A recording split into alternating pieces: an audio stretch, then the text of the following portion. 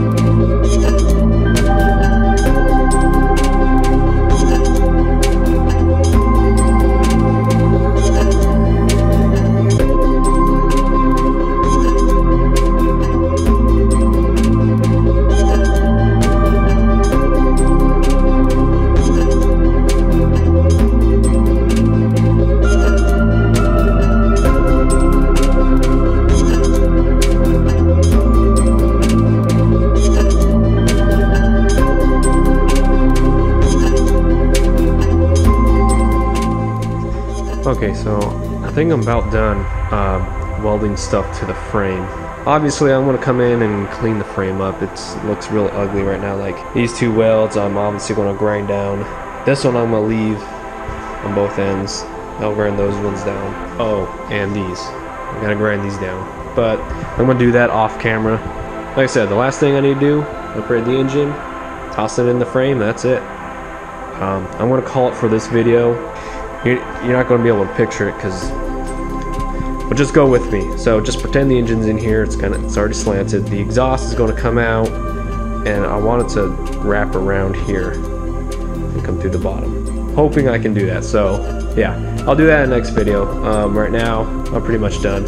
It might take a little bit because I got to order all these parts. These parts I haven't ordered yet, so it might take another week or two to get the parts. Forgot to show how these pegs go on. They just screw on like this on both sides, like that. Now I did put them at an angle too. I wanted them to kind of have an upward angle and angle them back a little bit, so that way when you lean on this bike, you won't have to worry about touching the road. Alright, I'll see you in the next video.